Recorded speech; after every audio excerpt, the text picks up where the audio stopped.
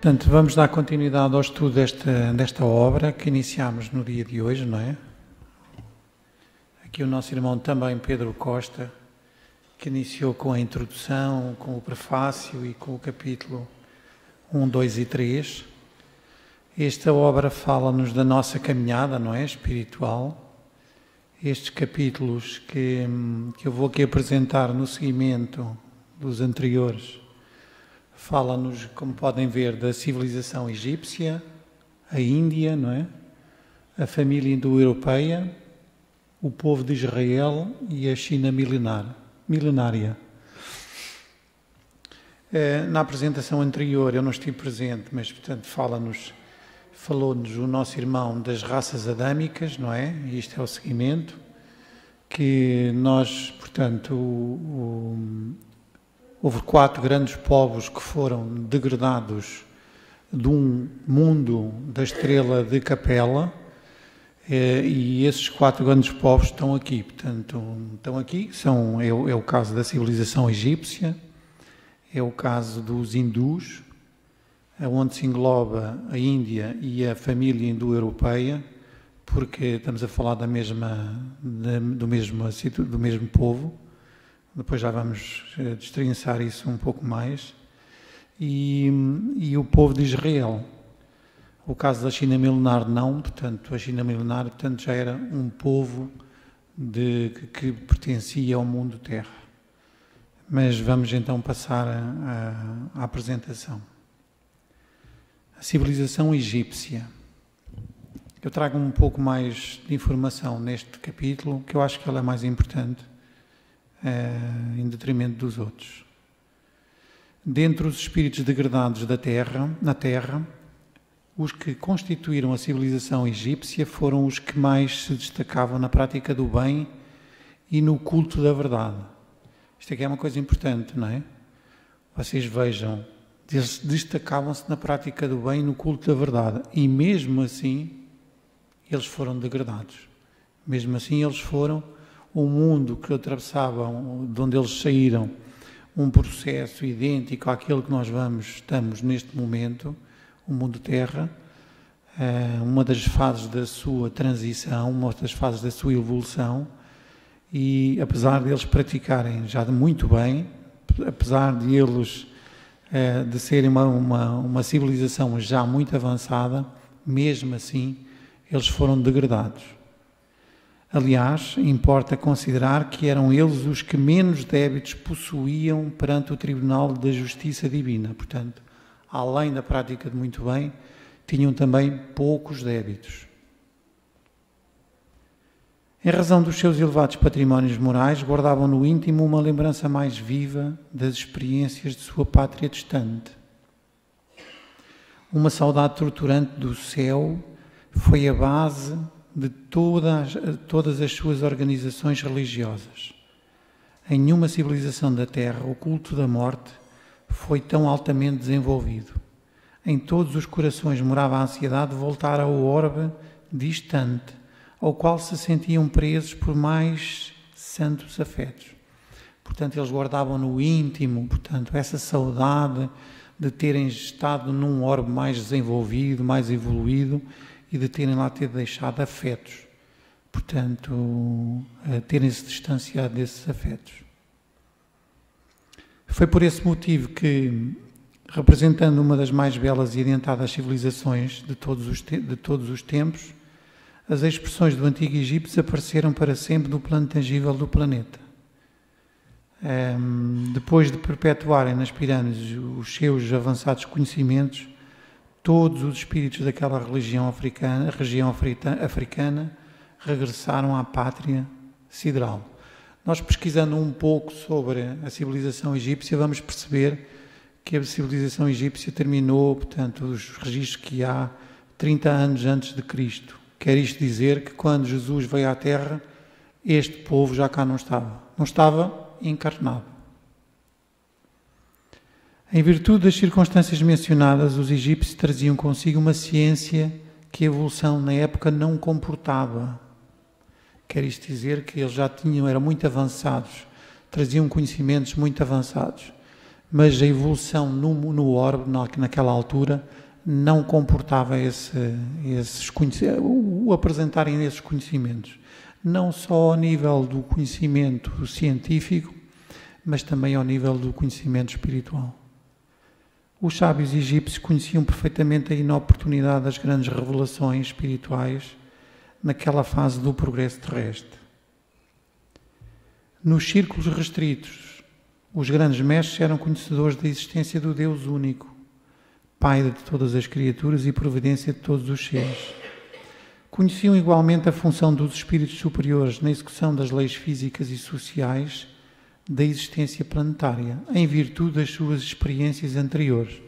Portanto, já eram espíritos que tinham, havia aqui espíritos já bastante desenvolvidos e evoluídos, que tinham uma relação muito estreita com a pátria espiritual, que lhes permitia terem conhecimentos muito avançados relativamente aos demais encarnados no mundo. Desse ambiente partiu então a ideia politeísta dos numerosos deuses. Vemos aqui que este foi um dos povos, não foi só, mas foi um dos povos de onde foi desenvolvidas as ideias politeístas, não é? Porquê? Porque as almas que estavam encarnadas no mundo, não é? Os nativos, digamos assim, ainda não tinham condições para absorver ideias mais desenvolvidas, não é? Ele fala depois aqui, as almas jovens requeriam esse politeísmo simbólico para homenagearem as forças invisíveis que controlavam os fenómenos naturais. Portanto, era a forma como eles conseguiam compreender, eles ou nós, não é? Eventualmente. Portanto, como os que cá estávamos encarnados, conseguiríamos apreender e compreender, portanto, essas relações, essas forças.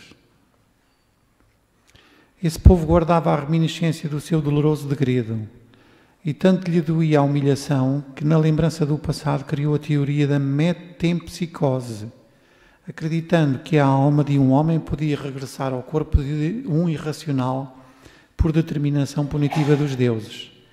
A metapsicose era fruto da amarga impressão a respeito do exílio penoso que lhe fora infligido no ambiente terrestre. Portanto, ou seja, eles criaram esta teoria da metapsicose porque os seres que estavam encarnados aqui eram muito menos desenvolvidos do que eles. Então eles achavam que tinha acontecido uma regressão, que eles estavam a reencarnar em seres muito menos desenvolvidos. E não é isso que a doutrina nos explica, nem o Livro dos Espíritos, portanto, ou seja, o conhecimento, o saber que nós adquirimos, o desenvolvimento, seja intelectual, seja moral, nós nunca o perdemos, independente de podermos encarnar num mundo inferior em termos de condições de desenvolvimento. A assistência carinhosa do Cristo nunca não desamparou a marcha desse povo cheio de nobreza moral.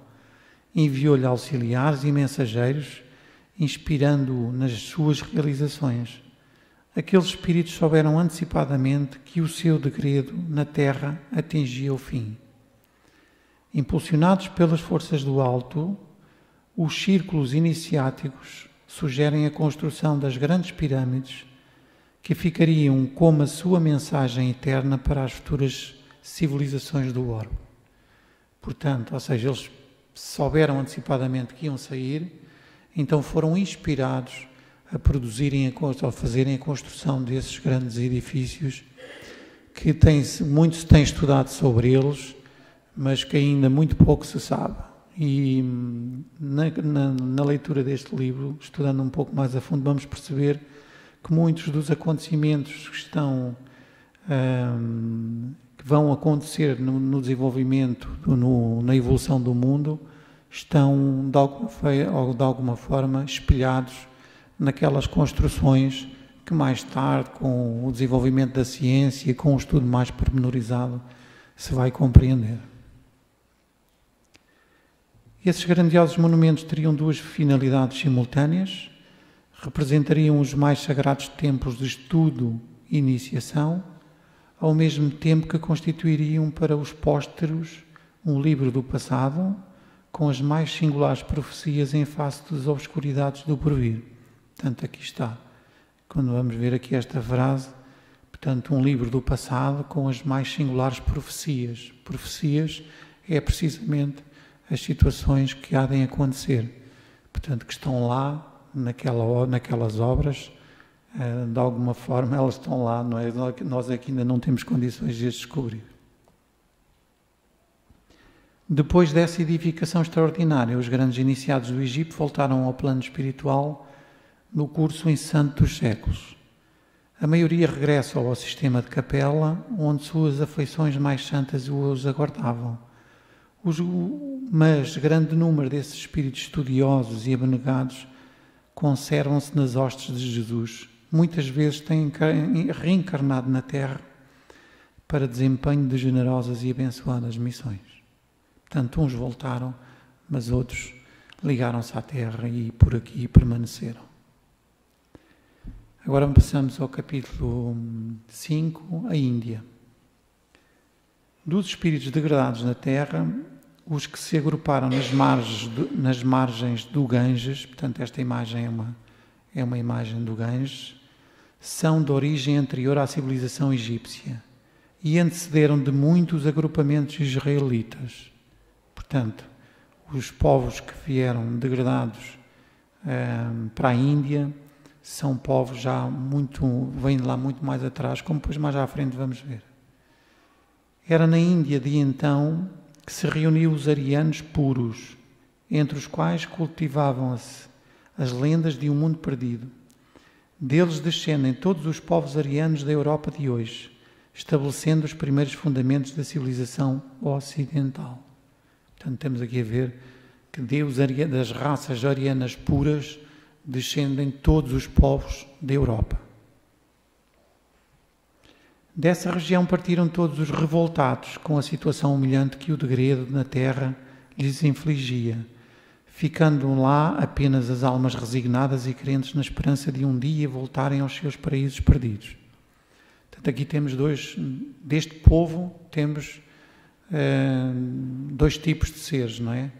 Temos aqueles que eram revoltados, e esses que eram revoltados, que foram aqueles que foram à procura de novas emoções, de se desenvolverem, de novas coisas, e aqueles mais resignados ficaram ali, portanto, na esperança de um dia voltarem aos seus paraísos perdidos. Aceitaram a sua condição, resignados. O povo hindu, não obstante o seu elevado grau de desenvolvimento nas ciências do espírito, não aproveitou, de modo geral, como devia, o seu acervo de experiências sagradas. Embora as suas tradições de espiritualidade, deixou crescer no coração o espinho do orgulho, que, aliás, dera motivo ao exílio na terra. As fortes raízes de uma vaidade poderosa dividem os espíritos no campo social e religioso. Portanto, aqui estamos a ver que o orgulho e a vaidade tomou estes seres, aqueles que ficaram resignados e que ficaram ali naquela zona da Índia, portanto, apesar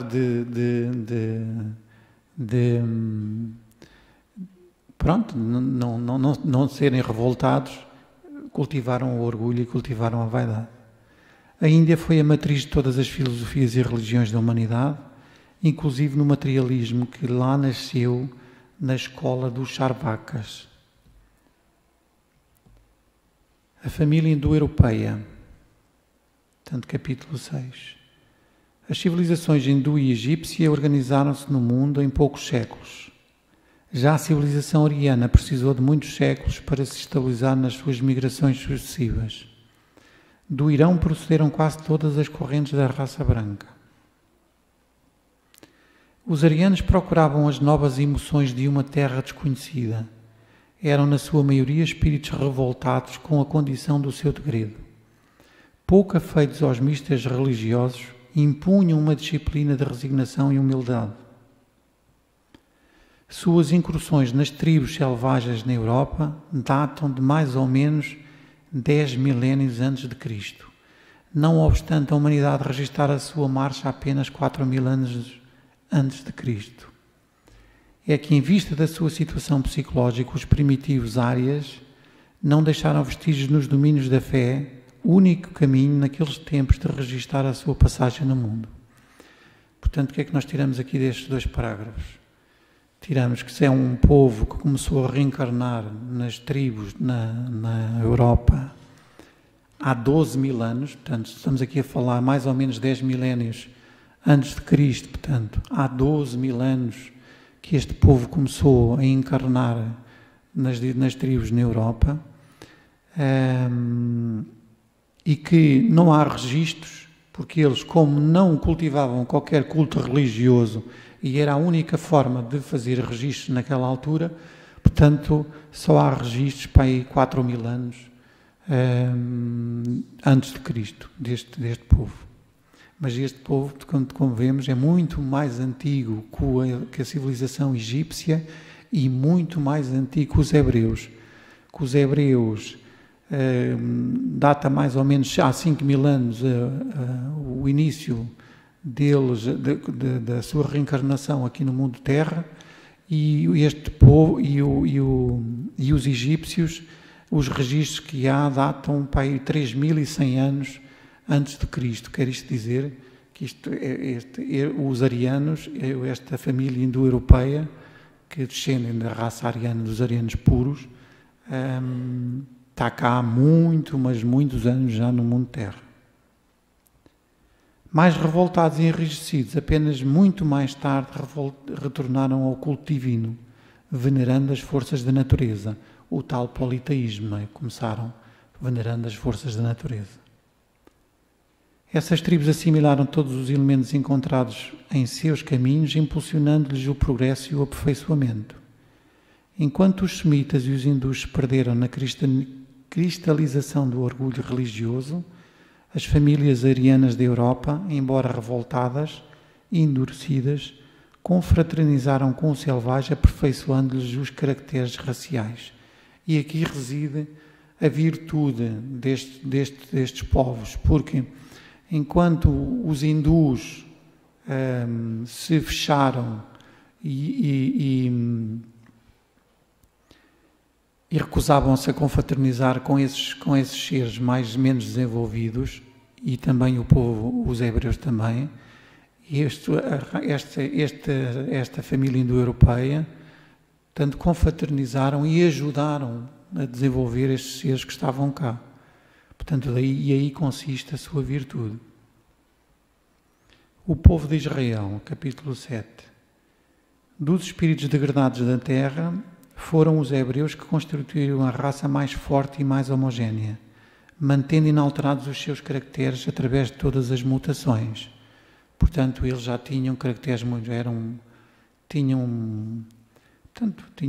eram já muito homogéneos, portanto, eram muito similares, e nas suas diversas reencarnações eles mantinham as suas tradições, mantinham o seu conhecimento, passava de geração em geração.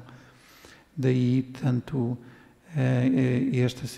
esta referência, mantendo inalterados os seus caracteres através das suas mutações. Grande era a sua certeza na existência de Deus, porém, muito grande era o seu orgulho, dentro das suas concepções da verdade e da vida. Consciente da superioridade dos seus valores, nunca perdeu a oportunidade de mostrar a sua vaidosa superioridade espiritual, mantendo-se pouco acessível à comunhão com as demais raças do orbe. Portanto, é um povo muito fraterno, ainda hoje, mas entre si. Não, portanto, eles recusavam-se a confraternizar com os outros povos. Porquê? Porque eles achavam-se uma raça superior. E como se achavam uma raça superior, evitavam o contacto, essa confraternização. Na terra não pesou tanto às raças degradadas quanto na alma orgulhosa dos judeus, inadaptados e revoltados num mundo que os não compreendia. Moisés, o grande legislador hebreu, foi educado com todos os conhecimentos iniciáticos no Egito Antigo, conduzindo seu povo na busca da terra da promissão. Portanto, os egípcios, como sendo uma civilização já mais avançada, tinham círculos, não é? Portanto, podíamos chamar como uma casa espírita, não é? Ou como uma igreja, não é? onde eram ministrados, não é, ao povo e onde se falava, portanto, de princípios mais evoluídos, mais desenvolvidos, não é? Princípios educativos, princípios morais, portanto, e eventualmente princípios já sobre as leis de Deus num nível mais desenvolvido. E Moisés, portanto, como vemos aqui, passou nesses círculos iniciáticos, não é? Antes de ser, não é? Antes de se tornar o grande Moisés. É nessa condição que recebe os emissários de Cristo no Sinai, os 10 mandamentos. Antes de deixar as lutas na terra, lega à posteridade as suas tradições no Pentateuco, iniciando a construção da mais elevada ciência religiosa de todos os tempos, para as coletividades por vindouras. Portanto, o Pentateuco foi escrito por Moisés, como aqui podem ver.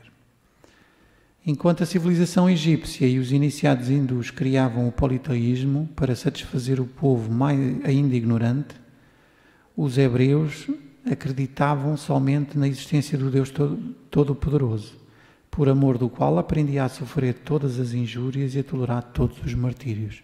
Tinham uma fé muito forte e essa fé, essa crença no Deus Todo-Poderoso, portanto, permitia-lhes tolerar todas essas vicissitudes, esses desafios que lhes eram colocados.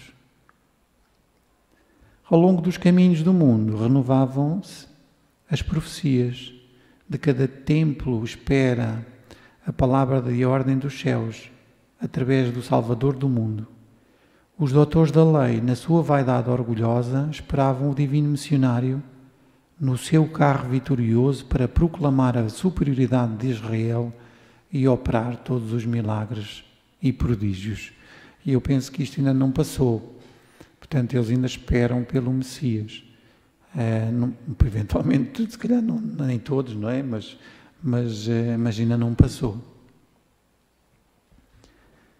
A preferência de Jesus pelo povo hebreu para levar a efeito as suas lições à humanidade se fundamenta que, de todos os povos de então, sendo Israel o mais crente, era também o mais necessitado, dada a sua vaidade exclusivista e pretensiosa. Tendo recebido muito em matéria de fé, seria justo que se lhe exigisse um grau de correspondente em matéria de humildade e de amor. Portanto, aqui vemos, sendo um povo exclusivista, vaidoso e orgulhoso, portanto, também era o mais necessitado. E era o que estava mais em condições de receber também Jesus. A China milenária, capítulo 8. A árvore mais antiga das civilizações terrestres, com o seu espírito valoroso e resignado, mas sem rumo certo nas estradas da edificação geral. Portanto, é a árvore, como vem aqui, a árvore mais antiga das civilizações terrestres. Quer dizer que os hindus, quando estes povos vieram para a Terra, os chineses já estavam cá. Quando se verificou a chegada dos exilados de Capela, a China já contava com uma organização regular, oferecendo os tipos mais homogéneos e mais selecionados no planeta. Portanto, eles já tinham um povo homogéneo, portanto, já tinham uma organização regular, ao contrário dos povos que foram degradados, ao contrário, à exceção da civilização egípcia. Com o seu isolamento voluntário, esse povo se prejudicou com a cristalização das ideias.